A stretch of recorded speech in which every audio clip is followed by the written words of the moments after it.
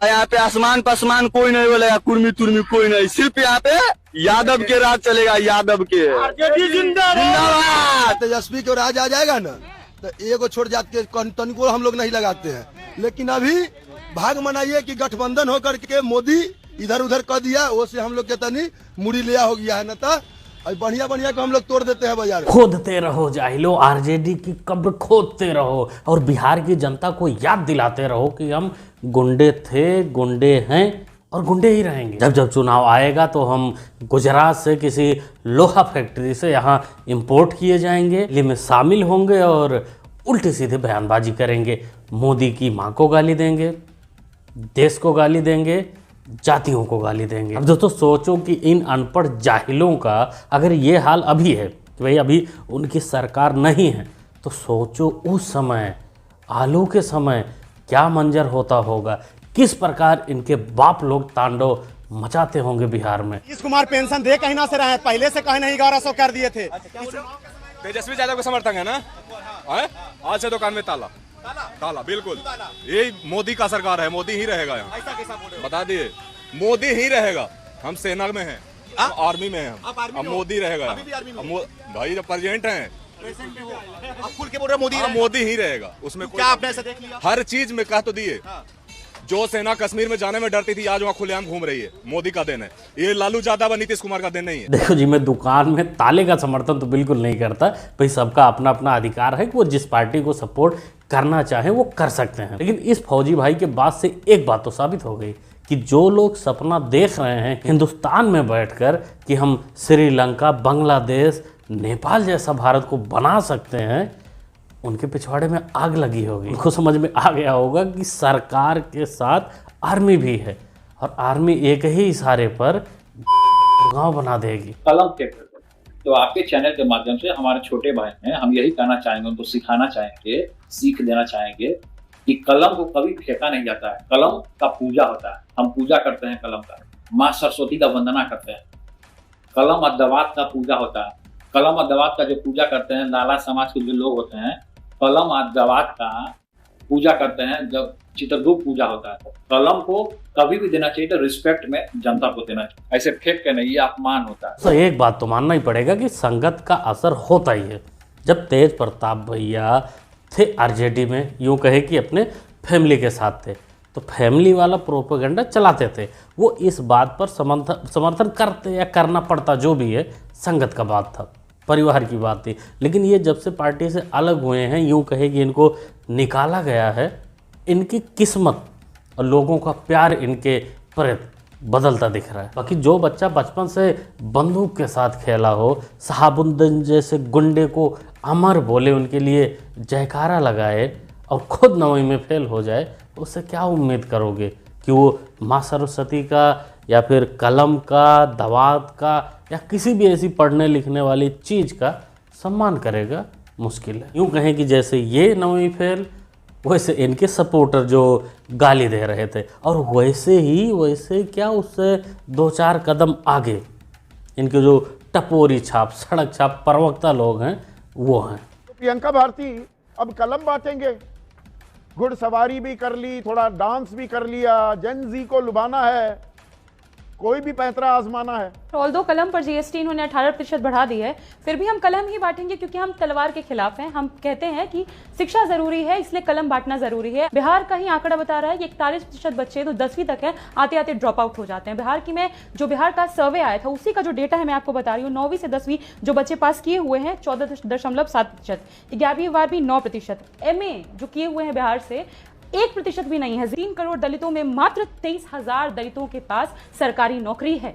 कैसे मिलेगी मानसिक और आर्थिक गुलामी से इनको आजादी? आपने बड़े अच्छे आंकड़े दिए और दलितों का खास आपने जिक्र किया कि उनको आज़ादी कैसे मिलेगी, उनको जब तक वो साक्षर ना होंगे। आज़ादी वो दिलाएंगे जो खुद 9वीं पास हैं या 9वीं फेल हैं। देखो जी, इस आरजेडी की पिल्ली को चौधरी साहब ने तो चलो डिबेट में पेल ही दी है, लेकिन मेरा इस कार्टून पिल्ली से एक सवाल है कि जब तेरा तेजू पढ़ रहा था उस समय, 9वीं फेल किया था, उस समय जीएसटी थी नहीं थी ना?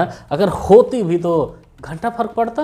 बाप सीएम था, अरे कुछ चारा वाला पैसा इधर लगा देता पढ़ाई में, तो ये आसानी से पढ़ सकता था ना। बचपन से ही जिसके कान में बता दिया गया हो कि बेटा तुम्हें कुछ करने की ज़रूरत नहीं है, तुम बड़े होकर डायरेक्ट सीएम बनोगे।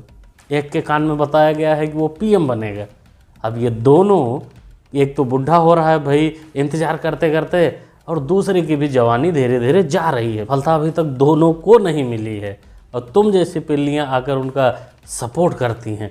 मजबूरी में समझ सकते हैं। सरकार बनवा दो, बस सरकार बनवा दो, आपकी इच्छा पूरी हो जाएगी। सपा सरकार बनेगी, जनता भाजपा को हटाएगी। चलो जी, ये तो पढ़े लिखे हैं, ये तो मानना पड़ेगा। ऑस्ट्रेलिया, इंग्लैंड, न्यूजीलैंड जहाँ भी पढ़े हैं, लेकिन इनको पढ़ा लिखा माना जाता है।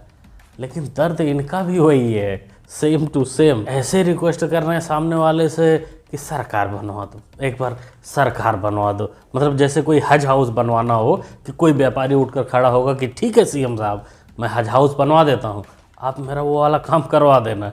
ऐसे बोल रहे हैं कि हम आपका काम करवा देंगे, सारे काम हो जाएंगे, एक बार सीएम बना दो। जनता बनाएगी मियाँ। और सरकार में थोड़ा सा बदनामी भी हुई। किन लोगों की वजह से? जो पोस्टिंगें थी, पोस्ट हो रही थी ना पुलिस में, ये वो सब अधिकारी दलाली कर रहे थे अधिकारी। हाँ, कुछ लोग कर रहे थे। आपने टोका नहीं? आपने टोका नहीं? नहीं टोकते थे, लेकिन संभल के। सोचो दोस्तों, किस पीड़ा में, किस तकलीफ में चाचा जान की ज़िंदगी कटी है। सब कुछ इनके आंखों के सामने होता रहा। गुंडई, माफियागिरी, दलाली या जो भी कुछ था, सब इनके आंख के सामने होता था। लेकिन बेचारे कुछ बोल नहीं पाते थे। अगर बोलते, जैसा मुझे लग रहा है कि अगर उस समय ये बोलते तो तेजू भैया जैसा होता, पार्टी से निकाल दिया जाता और इनको सीधा सीधा पागल साबित कर दिया जाता कि चाचा पगला गए हैं, कुछ भी बोल रहे हैं। और भी बहुत कुछ हो सकता था साथ। फॉर परिवार, D for development, A for agency. ये परिवार डेवलपमेंट एजेंसी है, और ये इस बात का सबूत है कि हिंदुस्तान में सबसे बड़ा अगर कोई सियासी परिवार है, जिसके घर में सबसे ज्यादा एमपी है, एमएलए है, वो या तो मुलायम सिंह का परिवार है या तो लालू यादव का परिवार है। वहां पर जब कोई पैदा होता है तो मुबारकबाद दी जाती है कि मुबारक हो एमएलसी पैदा हुआ है, मुबारक हो सांसद पैदा हुआ है। और हमारे यहाँ कोई पैदा होता है तो वो आपस में मुबारकबाद देते हैं कि मुबारक हो अब्दुल का एक वोट बढ़ गया है हमारे लिए। AIM को लगा कि हमने अखिलेश मियाँ और भटूरे का पोल खोल दिया है, लेकिन मियाँ मदरसा छाप, तूने अपना भी पोल खोल दिया है। मुबारक हो अब्दुल का एक वोट बढ़ गया है हमारे लिए। हाँ मियाँ, ये 20-20, 25-25 जो बच्चे पैदा करते हैं उस पॉलिसी में आकर कि बड़ा होकर हमारा अब्दुल वोट डालेगा, हमारी सरकार बनाएगा, हम हिंदुस्तान पर हुकूमत करेंगे, ये जनता सिर्फ सोचती ही है। लेकिन तूने बता ही दिया और साबित कर दिया कि नहीं नहीं, हमारा प्लान ऐसे ही होता है कि मुबारक हो, एक और अब्दुल हुआ है जो एक और वोट बढ़ा है। बाकी दोस्तों, हम सरकार से रिक्वेस्ट करना चाहेंगे कि ये चाइल्ड पॉलिसी वाला जो है, इसको जल्द से जल्द पूरे देश में लागू करना चाहिए। भाई 3 बच्चा नहीं रोक सकते, लेकिन वोट का अधिकार ये ज़रूर रोक सकते हैं। जिनके 3 बच्चे से ज़्यादा हों, 3 बच्चे के बाद जो भी हों, उनका वोटिंग अधिकार ख़त्म करना होगा। नहीं तो ये आने वाले 10-20 सालों में बहुत ही खतरनाक साबित हो सकता देश के लिए। मैं आपसे कह रहा हूँ, वैल्यू मैं बढ़ने नहीं दूंगा किसी की।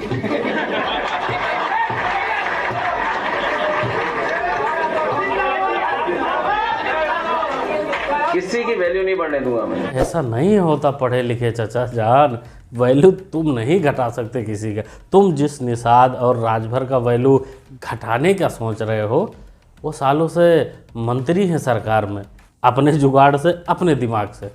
पोपट तो तुम्हारा हुआ है 9 सालों से। तुम ना तो किसी के साथ जा सकते हो और ना ही कुछ कर सकते हो। कि यही आपका जो घमंड है, इसी की वजह से तुम्हारा पोपट हुआ है। तुम्हारे कितने नेता जो हैं वो तुमको छोड़कर दूसरे पार्टियों में जा चुके हैं। बाकी आपकी बहन कुछ कह रही है आपके बारे में, ये सुनिए। घोड़ा और गधा मिलते हैं, खच्चर पैदा करते हैं, नाला नाली मिलते हैं तो मच्छर पैदा करते हैं। देश धर्म पर मिटने वाले शेर कहां से लाओगे? क्या बात है? देश धर्म पर मिटने वाले शेर कहां से लाओगे? मुल्ला और मुलायम मिलकर अकबर पैदा करते हैं, मुल्ला और मुलायम मिलकर अकबर पैदा करते हैं। दोस्तों, वाकई में प्रधानमंत्री नरेंद्र मोदी का जमीर जाग चुका है, क्योंकि आज 5 बजे प्रधानमंत्री नरेंद्र मोदी जी देश को संबोधित करेंगे। वहीं देश के लोग आस लगा के बैठे हैं कि 75 साल की उम्र पर जो इस्तीफे की बात की थी, क्या प्रधानमंत्री नरेंद्र मोदी आज इस्तीफा दे सकते हैं और देश के अगले नए प्रधानमंत्री कौन होंगे? आप लोग कमेंट सेक्शन में अपनी प्रतिक्रिया जरूर दी। उठ गया मुन्ना, ले पहले एनर्जी ड्रिंक पी ले थोड़ा। और अब सुन, पीएम मोदी इस्तीफा नहीं देने वाले। और हाँ बचवा, जब भी पीएम मोदी इस्तीफा देंगे तो पप्पू तो पीएम बनेगा नहीं, पीएम बीजेपी से ही कोई बनेगा। कहीं गलती से पीएम योगी जी बन गए तो ये जो तू पी रहा है एनर्जी ड्रिंक, ये तेरा खुद का ही होगा, खुद ही गिलास में शीशी में भरना होगा, सिर्फ लेबल पप्पू का लगेगा, वही पीना पड़ेगा, उसी से काम चलाना पड़ेगा। क्योंकि योगी के बनते ही पीएम पप्पू तो अपने नानी के यहाँ निकल जाएगा। आप यदि पतिव्रता होती तो मांग जरूर भरती, आपने मांग नहीं भरा। ऐसा नहीं कह सकते, पतिव्रता तो हूँ लेकिन मांग नहीं भरती। नहीं, कैसे? ऐसे नहीं है। अच्छा, रोटी बुला लो, हाँ ठहाका भी लगा लो, दोनों काम एक साथ नहीं हो सकते। यदि आप पतिव्रता हैं तो मांग भरने में दिक्कत क्या है? और यदि मांग भर रही है कोई पतिव्रता है, यदि नहीं भर रही है तो भारतीय संस्कृति को आप फॉलो नहीं कर रही है। ये बात आपके लिए नहीं है, सबके लिए है।